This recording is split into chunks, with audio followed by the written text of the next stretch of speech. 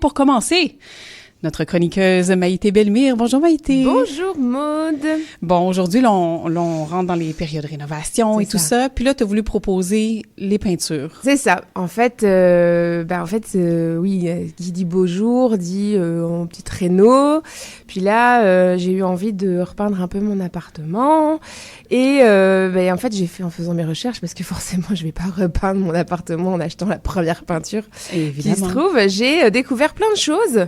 Et je me suis dit que ça en ferait une très bonne chronique. Saviez-vous que la peinture de votre appartement peut nuire à votre santé et aussi à celle de l'environnement? Évidemment, ça va de pair. Donc là, je savais... J'avais déjà entendu que les peintures étaient polluantes et que ça pouvait être nocif. C'est surtout pour les bébés que j'avais entendu ça. Et donc, je me suis dit, tiens, je vais investiguer davantage. Puis je pouvais pas garder toutes ces infos que pour moi. Donc, c'est gentil les de partager avec voici. nous. J'ai essayé d'être synthétique et digeste, mais je suis vraiment tombée dans un trou de lapin, là. Ça pouvait aller loin. Alors, comment elle peut être dangereuse, la peinture de votre intérieur? Alors, tout simplement à cause de ses composants de base. On a des liants, on a des diluants pour la texture, on a des pigments aussi qui, eux, viennent ajouter aussi des produits qui peuvent être chimiques ou toxiques et des additifs qui, de toute façon, dans les autres produits ne sont pas bons non plus en général. Donc, bon, un beau cocktail de composants à surveiller. Et aujourd'hui, la majorité des températures, désolée, c'est à cause de la météo. Oui, c'est ça, un petit novembre. Des peintures sont heureusement dépourvues de plomb. Ça, c'est une bonne nouvelle. Et on trouve essentiellement des peintures aujourd'hui à l'huile ou synthétiques qui sont à base de latex. Mais dans ces peintures, il y a quand même les composés organiques volatiles. Donc, c'est COV qui s'évaporent quand la peinture sèche, en fait.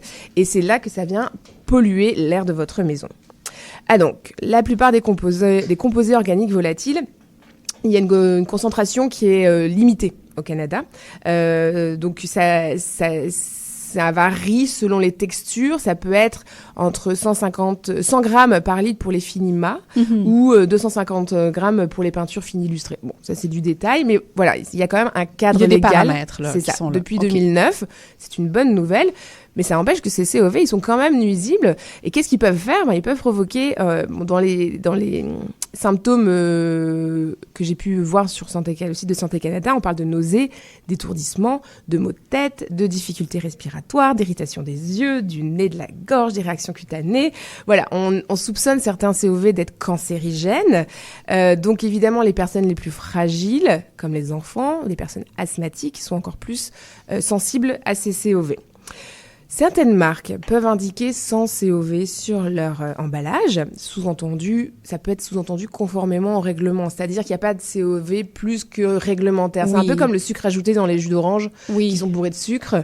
Voilà. Donc ça ne veut pas dire que c'est 0%. Non. Ça ne veut pas dire qu'il n'y en a pas du tout, mais ça respecte une certaine dose. C'est ça. Donc là, on commence à faire son petit travail. D'accord. Mais il y a quand même, quand on regarde vraiment les détails, pour réduire au maximum les risques, des peintures qui sont zéro. Là, zéro, c'est zéro. C'est pas zéro, en plus, c'est 0,0. Donc ça, c'est bien. En général, les grandes marques que j'ai vues, c'est la gamme premium qui le propose. Mais attention. OK, il y a encore un mais. Parce que ce qui se passe, c'est que souvent, ce sont des peintures à teinter. Et donc, c'est le colorant qu'on va ajouter ensuite qui va ajouter ces COV. Donc, faites bien vos devoirs. C'est pas parce que vous avez acheté votre peinture 0 COV en pensant que c'est super sécuritaire, mais que vous allez ajouter votre colorant. Et moi, c'est ce que j'ai fait la dernière fois. Tu te mets dans la petite machine, il mélange tout. Mais en fait, c'est là que tu ajoutes... c'est là que sont les COV. Donc, c'est dans ça. Donc, même les peintures sont 0 COV, mais il faut... Voilà. Donc... J'ai aussi découvert pendant mes recherches qu'on n'a pas le détail des composants de la peinture sur l'étiquette. C'est pas propre à ici, c'est comme ça aux États-Unis. J'ai regardé en Europe aussi. Contrairement à des cosmétiques où c'est réglementé et puis on est obligé d'avoir le détail. Là, non. Donc, je trouvais ça comme original. Après, je m'y connais pas, donc de toute façon, j'aurais pas pu comprendre. Oui, comprendre tous les termes. Mais en même temps, je trouvais ça quand même original. Et je pense que pour le faire, il faut comme écrire à la marque ou tu sais, ils peuvent te le demander. Il y a même sur un des sites sur lesquels j'étais qui avait un numéro de téléphone. Tu peux téléphoner pour avoir plus de détails sur c'est le numéro de téléphone du fabricant. Oui, carrément. Mais j'ai quand même trouvé en comparant à l'étranger, j'ai vu qu'il y avait des pays, notamment en France, où il y a comme des Nutri-Score. Mais là, c'est sur les peintures avec des lettres, donc A+, A, B ou C, pour savoir à quel point ça pollue l'air de ta maison. Donc, il y a quand même une codification qui empêcherait de tomber dans les méandres de terminologie trop scientifique. Là. Donc, comment on fait si on doit quand même peindre? Oui, c'est ça. Bon, d'abord, il faut limiter l'exposition aux composants. Donc, il faut bien s'équiper. Hein. On met des masques, on met tout ça parce que l'inhalation au moment de la pause, c'est là qu'on se prend tout en pleine face. Et il est recommandé de ventiler la pièce qui est fraîchement peinte pendant plusieurs jours. Selon les sources, j'avais vu jusqu'à 10 jours parfois. Évidemment, il y a personne qui a vraiment une deuxième maison pour aérer sa maison en travaux. Ils vivent dedans en attendant. Mais bon, dans l'idéal, c'est ça qu'il faut faire. Malheureusement, et aussi la peinture, elle est nocive au moment où on la pose, mais aussi à la production, en fait. Tout le processus de fabrication, de l'extraction des matières premières, le procédé de fabrication, le transport, évidemment. Ça, c'est toutes des étapes qui sont polluantes. Et donc, même la fabrication de la peinture, c'est vraiment l'étape dans le cycle de vie qui serait le plus polluant. C'est pas les déchets, contrairement à ce qu'on aurait pu penser. Donc, tout le monde sait, hein, on dépose les pots de peinture dans les écocentres. Mais j'ai trouvé qu'il y avait quand même beaucoup de quincailleries à Montréal qui font de la collecte aussi de pots usagés. Également. C'est intéressant parce que les écocentres avec leurs horaires oui, je suis désolée, parfois loin je suis pour aussi. Les écocentres, mais c'est loin, puis c'est fermé le dimanche et puis ça ferme à 4 heures. C'est limitant un peu. Donc c'est une bonne chose que certaines quincailleries recueillent. Exact, donc renseignez-vous. OK. Parce que évidemment, c'est pas des déchets qu'on jette dans la rue et qu'on veut voir dans la nature.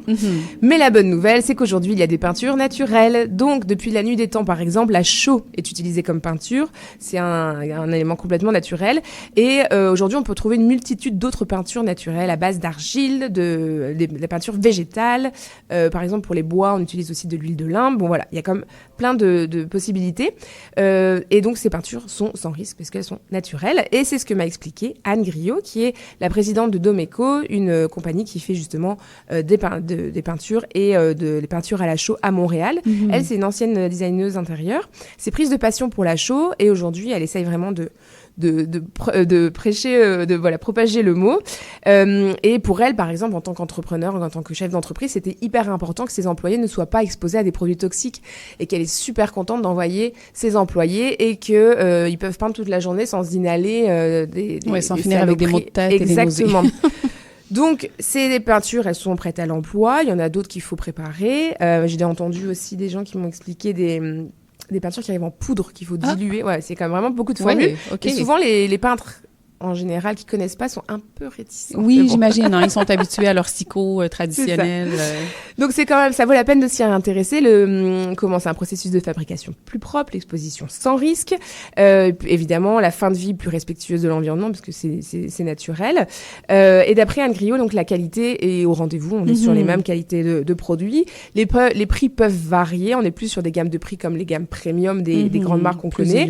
Mais aussi, apparemment, il y aurait pas de marque canadienne qui vend des peintures naturelles. Donc, pour le moment. Donc, c'est un choix à faire. Mais est-ce que ça se trouve facilement, par exemple? Oui, il y a quand même plusieurs revendeurs. C'est beaucoup des marques européennes. Là, en l'occurrence, Anne Griot travaille avec une marque espagnole qui s'appelle Grafenstone et dont elle est assez enthousiaste. Donc, c'est une bonne nouvelle. Il y a des alternatives. Il y a beaucoup d'éducation et de sensibilisation à faire des gens chez eux, mais aussi des professionnels, parce que repeindre une chambre d'enfant puis mettre son enfant à dormir le lendemain, en fait, c'est super mauvais, quoi. Ouais. Puis, c'est pas quelque chose dont on entend vraiment beaucoup parler. Donc, peut-être du travail à faire là-dessus. Puis, évidemment, rapidement, une mention sur les certifications. Évidemment, comme tout produit éco-responsable. Il faut se méfier. Il y a des petits logos partout, et puis c'est vert et tout ça. Donc là, c'est pareil. Oui, il y a des certifications qui donnent un peu un cadre, mais comme pour tous les autres produits qui ont des certifications, faites vos vérifications parce que il y a des certifications qui ne sont absolument pas, qui donnent aucune garantie. Et il y a des marques qui sont moins bien attentionnées, qui se créent leur propre certif. Donc, oui, voilà. On n'est jamais à l'abri. Donc, vérifiez. C'est pas parce qu'il y a un logo vert sur le pot de peinture que c'est nécessairement bien. C'est peut-être mieux, mais au moins ça vous permet de prendre une décision éclairée. Donc, pour résumer, on opte pour des gammes premium qui sont souvent plus propres, plus saines. On vérifie les certifications, on prend des précautions, donc protection au moment de la pose, aération après. Et dans l'idéal, on opte pour une peinture naturelle qui sera à tous les niveaux meilleure pour nous et pour la planète. Eh bien, quel beau résumé. Merci, voilà. Maïté. Avec plaisir. Fort intéressant. Je regarderai ça cet été là pour ma petite peinture intérieure. Oui, c'est ça. Ça me permettra d'expérimenter là, tout ce que tu viens de nommer ici. Je te réécouterai en même temps que je ferai mon magasinage. Un grand merci à toi. Bonne journée. Bonne journée.